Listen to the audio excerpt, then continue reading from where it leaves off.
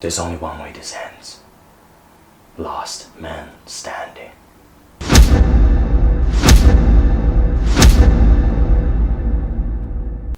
Well, 1917.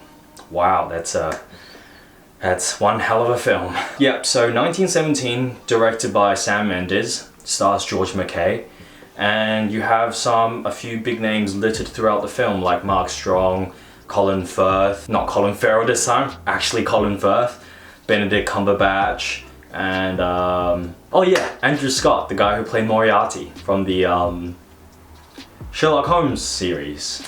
Yeah, so you have Sherlock and Moriarty in the same movie. Anyways, so this movie is just phenomenal. The plot is extremely simple. The story is about two young soldiers who are sent on a mission to deliver a message to the attacking force because their attacking force is walking into a trap. And the entire movie is basically about the two soldiers' journey to deliver this message. So it's a very simple plot, very straightforward, but we get to go on the journey with these two soldiers and see how much trouble they have to go through just to deliver this message. Honestly, I think it's one of the most thrilling experiences in a cinema I've experienced in a while. I mean, this movie is just incredible. It's just from the way it's shot, the simplicity of the story, yet it has you on the edge of your seat throughout the entire thing.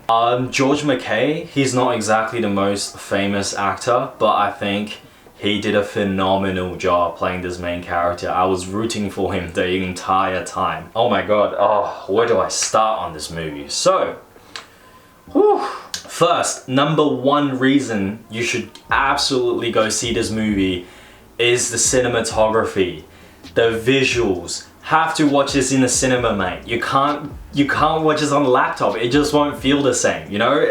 This is just a thrilling adventure experience. It's not even an adventure, it's just like a mission, but it's just amazing.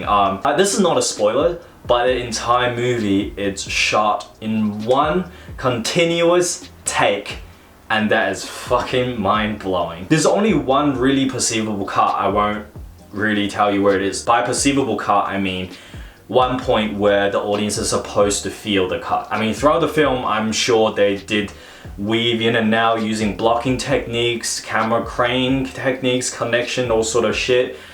But the whole thing feels like one continuous shot. It's absolutely amazing. It's mind-blowing. It's kind of like Birdman, if you've seen Birdman, but this is insane because this is set in World War I. And the setting changes, the scenery changes, there's bullets firing, there's people running, there's a plane crash that's in the trailer, so that's not a spoiler. It's okay, I can talk about that. You know, these crazy things, and all of these things are one continuous take. I don't know how they did it. Okay, there's an insider video that kind of shows you how they did it, but what I mean is it's amazing, it's magic, it's cinema magic. It's an incredible experience. So that is the number one reason you should absolutely watch this movie. The cinematography is crazy. Number two reason, this kind of goes into the cinematography thing, but everything just, you don't know what's gonna happen. Like, it almost feels like a video game walkthrough. Like you're following these two characters and it's as if you're playing them or you're watching someone play those characters. You know how in a video game, you don't really get like cuts or close-ups unless it's like a cutscene or something, but most times you're from like a third-person point of view watching things happen, and as you watch them walk through the trenches, go on their little journey just to deliver this message, they experience countless barriers, hurdles they have to get over. You don't know what's gonna happen. Like literally there was this point in the movie that something happened. I'm not gonna tell you exactly what it is because this is supposed to be a spoiler-free review, but holy shit, it just happened. It's like war, right? It's warfare, and I didn't see it coming. I don't think anyone saw it coming. It's just, God, it's crazy. It's as if anything could happen in a war, you know? I don't know, I just thought it was a thrilling experience. The story, the journey is just it's thrilling, it's amazing. I think inevitably people are going to try to compare this with, say, like Saving Private Ryan, Hacksaw Ridge, and probably Dunkirk. And I think, personally, I think the closest comparison would be to Dunkirk, where both movies are very focused on the experience, the feeling of war. I would call it like a very cold war film. It's supposed to make you feel uncomfortable, make you feel scared watching the movie about what's going to happen to the characters and make you have you on the edge of your seat, if you will. Whereas I find that Saving Private Ryan, although the opening scene is fucking brutal, what do you call it? The Omaha Beach landing scene.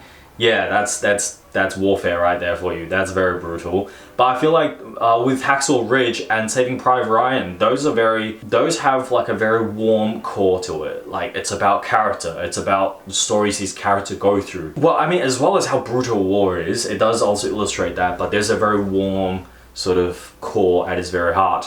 Whereas I feel like Dunkirk and 1917 are very cold. You know, it feels very cold. I hope that kind of gets across the message I'm trying to say.